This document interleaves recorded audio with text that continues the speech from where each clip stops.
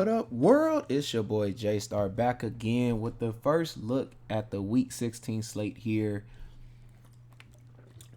It's looking like pretty good slate, man. Pretty good slate. But we're gonna get right into this as we always do, just going through each game where most teams are gonna be trying to attack each one of these teams.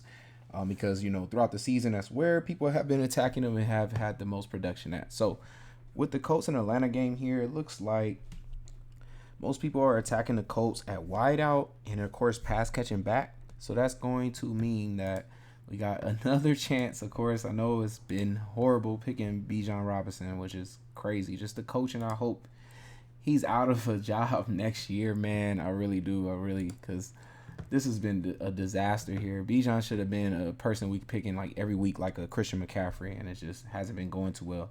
But then outside of that, need to be attacking out wide. So of course we got Drake London, even a Mac Hollins at 3,300, but he just hasn't been getting the targets as of lately, and it hasn't even really been consistent either for Drake London. So hopefully, like I said, they can get a better coach next year, and we can have more consistent work. But those are the two that you would be tagging along with Ritter.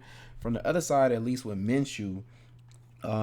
Looks like the Falcons are being attacked in the slot and then at tight end. So we're going to go Minshew here. Tight end is up for grabs here because, Ogletree, Granson, Ali Cox, you just take your pick, man, at a cheap tight end there. Downs is going to be in play again there. I know Pittman, did get hurt, so we should be expecting a really, loads of opportunities to Downs, man. It should possibly get to a 13-9 targets or something like that. If so, he should definitely be able to hit here. Looks like Moss is even questionable now. Jonathan Taylor is back. Oh, that's good to see. So Jonathan Taylor is going to be back, possibly in play for the pass catching, because a lot of people do try to do that against Atlanta, and it gives some type of production that comes out of that. When it comes to Green Bay and Carolina, it looks like my team, the Packers, have given up, at least defensively. Offensively, they have been able to produce, but defense has been just going crazy lately. Just Twitter posts and all that type of stuff. So it just seems like they've given up. So when it comes to how you're attacking the Packers, it's through the slot and then the pass catching back. So when it comes to Bryce Young, we're looking at Chuba Hubbard should definitely be able to be in play super this week because he's coming off of like 20 something touches like the last 3 weeks. Yeah. So 3 weeks, 20 something touches, and at least a couple of targets there. Green Bay has been giving up points definitely to there. And of course, Thielen has been a receiver that's killed the Packers when he was on the Minnesota Vikings. So I'm definitely probably almost locking in Thielen this week, thinking that he, bounces back from, ever since he was in that 7,000, it was just very hard to even play him. Like 7,000. Once he got in this range, like, look at this, like from 6,000, 6,600, but that 5,900, look what we had. So I'm thinking he's going back to something like that this week. Like I said, Green Bay Packers defense behind, I think the line is just, they have given up. It was nice to see Stokes coming back. I feel like he's still with it, and Valentine and stuff like that. The ones out wide, great, but the slot area, we've been getting killed at. So, Keyshawn Nixon hasn't done well in that slot area. They're going to need, if Jair still doesn't come back and they're not able to move over one of the other starting cornerbacks into that slot, then Thielen's about to kill it. So, Hubbard and Thielen, I feel like are really good plays there. Other side of this game, though, with Love, let's look at this real quick. So, it looks like out wide and running back has been able to do good. Hasn't really been a good points, I would say, for the quarterback here. So it could be something that you just kind of stack solo, like Aaron Jones and Dobbs, or Aaron Jones and Christian Watson, or something like that. Like, should be, the way to go, because like I said, the quarterback hasn't really been able to get decent points against Carolina's defense. It's more just been that running back and then receiver, or just the running back. So then you got Cleveland and Houston here. Looks like from the Brown side of things, people have been attacking them out wide. So you definitely can go, let's see. So we got, if Stroud is able to go, if not, then it looks like it'll probably be Mills or something like that again. So it looks like we got out wide, could be Noah Brown. I think Nico might be back though. If Nico is back, then, we're looking at Nico, of course. If Nico is not back, then we're looking at Brown, So that's pretty simple there. And then it's going to be pass catching back. Singletary been, Singletary been their pass catcher back? I know he's heavily running Oh yeah, he's getting 5, 3 targets. So yeah, you would say something like this, should be in play. Like I said, if Nico is back, then you can also toss in Nico instead. From the other side, though, of this game, how people have been attacking the Texans is been in that slot area and then the pass catching back over here. So we're looking at Flacco. We're looking at, let's see, for pass catching back, has it been forward? Yeah, 5, 6 targets to him. And my bad, I said pass catching back and just slot, but it's also the tight end. So we're definitely gonna put Njoku in play there. He's been killing it and being his number 1 target. And it looks like we're gonna say Elijah Moore is that slot receiver. But I would probably lean more towards just having Njoku, and maybe just soloing that, and then see, maybe do a stack with just Flacco and Njoku. I feel like that can even do well because he's just throwing so many targets his way anyway. So if he gets 2 touchdowns, then you probably more than likely will hit. Then we got Detroit and Minnesota. This is a really good game here. It's looking like, though, from this game, though, we got Detroit is being attacked in that slot area in the pass catching back.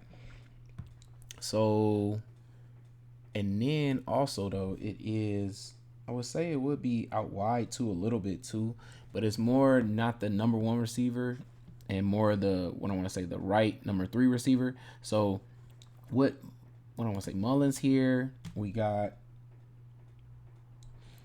they don't really have a back, though. That's the only thing. They don't have a back that they pass catch to. So I'm more looking at, Addison's going to be in play because they was moving him around crazy. I didn't know they was going to move him into the slot. It benefited him a lot against the Bengals there last week. And then also, being able to move him back out wide. So he got that benefit of that. I thought it would be like Osborne or, Jalen Naylor or something like that too. But Addison was the one that was moving around the most, and then Jefferson was grabbing, just so much attention. Jefferson is definitely going to still be in play here because they'll move him even over to the right side. So if Addison doesn't get it done first, then you definitely can say Jefferson will probably end up moving over there and taking advantage of it. So Jefferson will be in play here too. I think I like Addison a lot more. And then I even think, Hawkinson could be in play. This is old team. And this is just the consistent targets, man. And he can always hit because of that. So definitely think that's a way to go since, like I said, they don't really have a pass catching back. So their pass catching dumping back is basically Hawkinson. So I would lean towards Hawkinson or like an Addison or something like that stack. But like I said, Jefferson, if Addison doesn't take advantage of his opportunities over there on that right side, then it's going to be, Jefferson's going to move over there. So you can definitely do a skinny stack possibly with Mullins and Jefferson. Moving on to the other side of this game, I'm thinking with Goff, I'm not looking at the running backs because Minnesota is very good against the run here. They were already talking about trying to get St. Brown the ball even more. I'm thinking they're going to have to try to find a way. It's the way people are attacking the Vikings is in the slot and out wide, and of course pass catching back. But like I said, it's very hard. So you can take a shot at Gibbs, but most of the time running backs haven't been hitting against them. So I'm kind of leaving out the running backs here. Looking at St. Brown, I'm looking at Laporta. I'm thinking that middle of the field is where you're really going to have to attack them. They've shown to give up points at the tight end position too at that. So decent amount of points has been given up there. 6,400 is pretty pricey. We're going to need touchdown and at least probably 80 yards with the amount of targets that Laporta has gotten. And then I'm like St. Brown, at least I think will get the targets. He will have the value there. I think he can still produce against this defense. He's not going to line up with their better cornerback, so I think he definitely has a chance to be a good run back at least for sure in this game. Then moving on to this Washington Jets game here. Really disappointed that Rodgers is not going to play, but at the same time, it's like that line wasn't going to protect him at all. They're not really protecting anybody. I think with an extra week, though, for Simeon to actually, practice as the number 1 quarterback, I think that could help him. We're looking at, of course, Breece Hall here. Since I believe the Commanders are being attacked at the pass catching back, and that is Breece Hall. So Breece Hall and then out wide is where they're being attacked too. So I think definitely Garrett Wilson could have a good game here. He just needs to get, the volume of targets, man, going his way. And I feel like I said, with an extra week of just actually practicing as the number 1, we could see him getting a 10 target to 14 target game. And I think he will definitely be able to hit against the Washington, who has given up, big points to wideout. So definitely, I think those two are in play. I don't even mind taking shots at Conklin too. Just coming off of 7 targets too, so that's pretty good. If we get another 7 targets, I think he can do something too at 3,200. Moving on to the other side here, Sam Howell is not probably going to start. I wonder if they're going to go with Brissett. I really wonder like what's going to happen with this starting quarterback situation because Brissett had the offense like rolling, man, down that field. So could be a cheap option there. Against the Jets, though, we have seen, of course, the running back, and I wonder if Brian Robinson is going to be back or not because Gibson hasn't done too well, but this is a good matchup for him still. Like, and he's been a starting back before and been able to put up decent points too. But this season has been more of a struggle for him. But this is a good matchup, so he does have a chance. So I will just, include him in because of that. And then it is, what is it? The Jets are also being targeted in the slot. So we're looking at a Curtis Samuel game. So decent, we already know how they love to throw the ball to him too, so it's really perfect. He just hit last week with a nice 20 points. So definitely I'm looking at Curtis Samuel being a possibility of being able to play really good. The Jets have given up 20-something fantasy points to that slot area. Also, the tight end area is a way people try to attack them, but oh man, Washington does a bad job with trying to get the ball to Logan Thomas. It really sucks. It feels like they kind of use him more in like a 2-minute drill instead of using him throughout the whole game. Seahawks here versus Tennessee Titans. It's been, for the Tennessee, that number one receiver has been able to eat. My bad, not Hopkins, but Metcalf, man, is going to be huge in play here. If Geno is able to go, which be a full go, so great.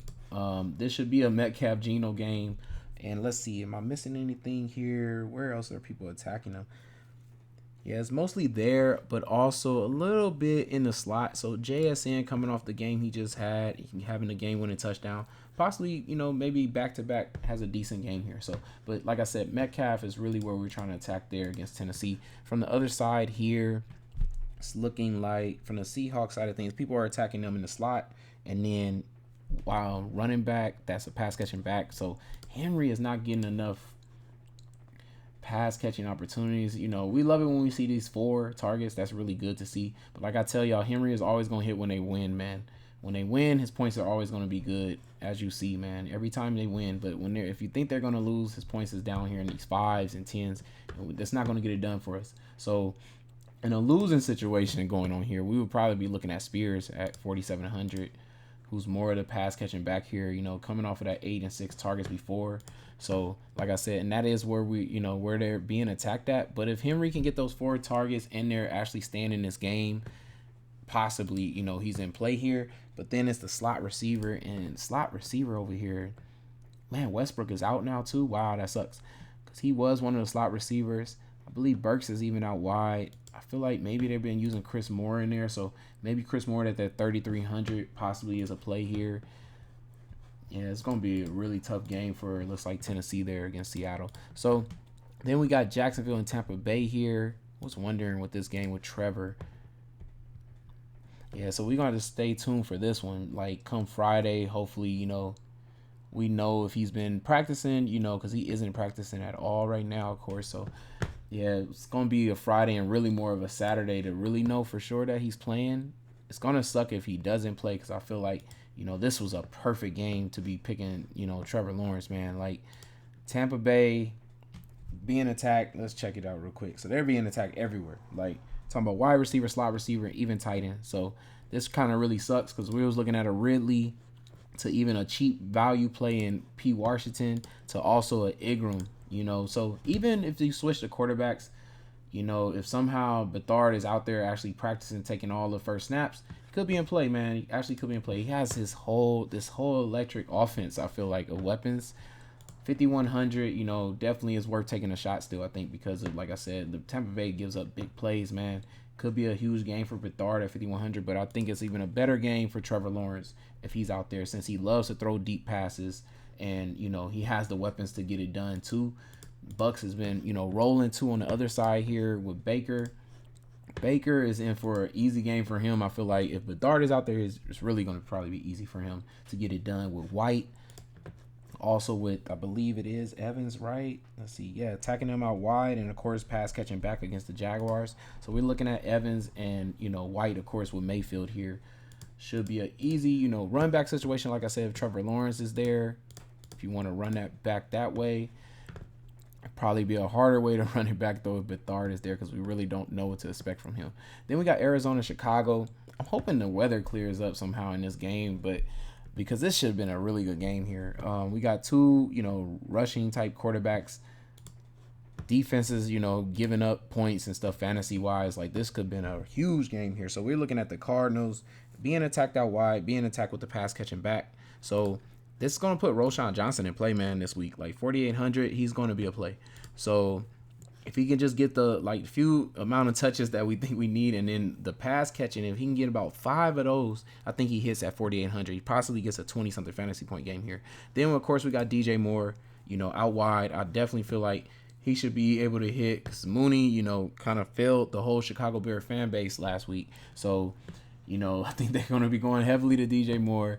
Even possible, Komet does something decent here. We've seen, for I would say out of the last 4 weeks, we actually seen tight ends actually doing decent against Arizona, which is shocking because before they was holding tight ends from even making it into the end zone. So definitely I would say Komet could be in play. He is their second receiver, but I'm thinking Roshan possibly ends up being the third receiver in this game and actually get something done here, especially if it's raining too. Arizona side of things, Kyler Murray, it's pretty easy, man. McBride, and then it should be, I believe, the slot receiver is who they're attacking. Let's check this again, though. They're attacking them out wide, too, as well for the Bears. So, Marquise Brown has been injured. He hasn't played well, though, since this heel injury has been coming up. I had some Michael Wilson last week, which was, I believe he dropped a catch in the end zone or something like that. He's still going to be in play then for 3,700. If somehow Marquise Brown isn't a go, then we got him and Dortch at $4,000, and then the 30, what was that for Michael Wilson? We're looking at 3,700. So got some cheap options to go with Kyler Murray, but definitely McBride is probably going to get mad targets. And then my bad, I forgot to say, if Marquise Brown is out, they might be dumping it off a lot more to Connor, which is another thing where Chicago has been getting torched by his pass catching back. So, but they also, which last week I believe was Demercado. Did he rush in that touchdown? Okay, he rushed in the touchdown. Targets was 3. That did suck though, because it's man, I was expecting last week Connor to catch a lot of catches and get it done, but they went the backup ended up getting it done with the touchdown. So I wonder though if this week can Connor, get the dumps and actually do something with it, because Chicago has been definitely known to give up fantasy points there. And if they're, without Marquise Brown, it's going to make it harder for them. But McBride will probably end up having 20 targets and be the tight end that we all should have just locked in for this game and this week of slate and everything. But then we got Dallas and Miami. This should be a really good game here. I'm expecting Dallas to bounce back, man. I think, it's a lot of noise. I know they don't show up. It seems like outside they definitely, usually don't do too well. On the road, of course, like that, they had most of the their whole season is mostly dome games, but so outside, I think the only game we seen look good was the Eagles game. So but I definitely think after that game they just had, they bounced back strong here. It looks like for Miami though, people are attacking Miami the most out wide in the slot, somewhat pass catching back. Tight ends have been okay, but they've been holding mostly tight ends. I think it's more because people don't actually throw to their tight ends when they play them. They're trying to keep up with the downfield attack. So since it's the slot, we got Lamb. Cooks is going to be huge in play here. I'm still going to say Ferguson. Like I told you, I feel that most of the teams that Miami plays don't really throw to their tight end enough, and the Cowboys actually do. So I'm actually liking Ferguson here. I think, Dak is going to be in for a crazy air attack. He's shown that even in that last game, even in the blowout, they continue to throw and try to, put up points and try to get down the field and, just air attack the whole way. They was not caring about Pollard at all. And so I'm expecting they're going to have to do something like that against Miami, man. Miami saw the way they was able to get run on, so they're going to definitely on their side of things try to establish the run the same way. I'm expecting Hill to be back too for this game. It's a huge game here. They're going to need him. So I'm expecting him to be able to, heal up that ankle. It was good that he was able to take off a game, and it did win the game still. It looks like for the Cowboys side of things, you're attacking him out wide, which Hill lines up in the slot. But that is away from some of the best cornerbacks, from Dallas. So I think he's definitely going to be a play If not, though, Waddle should be able to still produce. If somehow Hill can't go, Waddle should definitely be able to produce.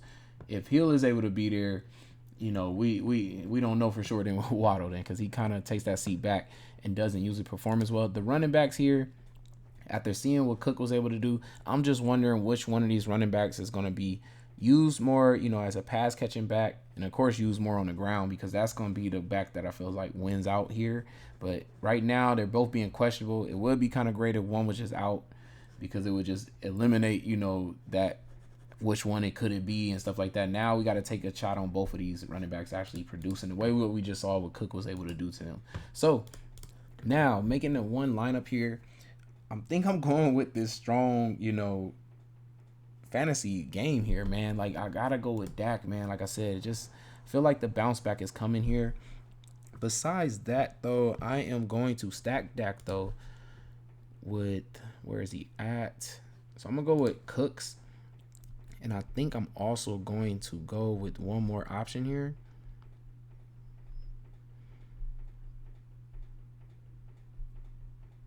Let me see. What do I want to do here? Do I want to go with one more play here? Yeah, I think I am. I think I'm going to go ahead and go with Dak and Ferguson with Brandon Cooks. Like, I think, because definitely it's possible for two plays to hit here, man. Against the Miami, my God, against the Miami offense, man, you're going to have to put up mad points. So then at running back, I'm going against my Packers here, because they just, like I said, just can't get it done. Defensively, they're not stopping nobody. They're letting everybody have their best freaking games, man, especially the weaker quarterbacks. So somebody like Bryce Young is one of the weaker quarterbacks, and I feel like he might have his, Tom Brady game or something like that against us. So I'm going to go ahead and take Thielen. Like I already told y'all how Thielen's always ate against us fantasy-wise, man. He's killed us. And now Hubbard, with all those touches he's getting, I don't see how he doesn't hit against, the Green Bay Packers here at home, too. So going with that double stack there, and then I'm going to move on with, I'm going to take, let's see, I want to have some pieces of, at least a piece from that Detroit game. So I'm going to go with Addison, because Detroit has been, giving up fantasy points out wide on that right side, which Addison, like I said, is going to get that first shot at it. And then after that, I'm sure Jefferson will get opportunities there, but I'm hoping already that Addison has already hit for a nice 20-something fantasy points here. So I'm going to go ahead and take him. Then at running back here, I'm going to go with Breece Hall.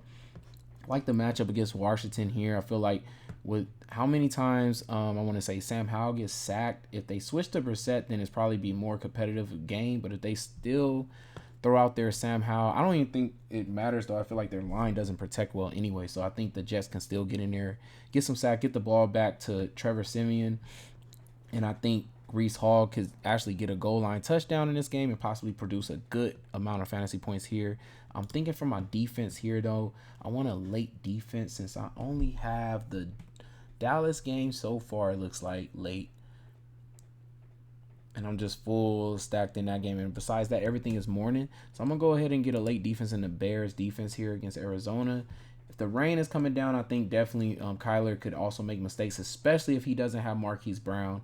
Usually tends to try to take the defenses that quarterbacks don't have their their best targets and things like that, because those other receivers that end up coming in usually make mistakes. So then I'm here with 5,800. Hawkinson and Garrett Wilson, McLaurin just coming off his big game, McBride in a big game, which will be a 1v1 stack against the Bears. I don't even mind doing that too, since I know how McBride is probably going to have mad targets if Marquise Brown's not able to go. So I don't mind doing that, but I'm going to go ahead and roll with the Jets here, just because Washington has been, man, my God, they give up mad points to wide receivers, man. So I'm going to go ahead and take the Garrett Wilson. I know it's taking a super gamble since Trevor Siemian didn't show much last week, but I think, like I said, with a week of practice, we can get a bounce back performance for him. So that's how I'm going to end it for my first look, man. Stay tuned. Like I said, we'll come back with the final look once all the injury reports is final, lies and everything on Friday. And, hopefully some of these concussions and things too as well. But it's your boy J Star, man. Good luck, y'all, this week. I'm out, y'all. Peace.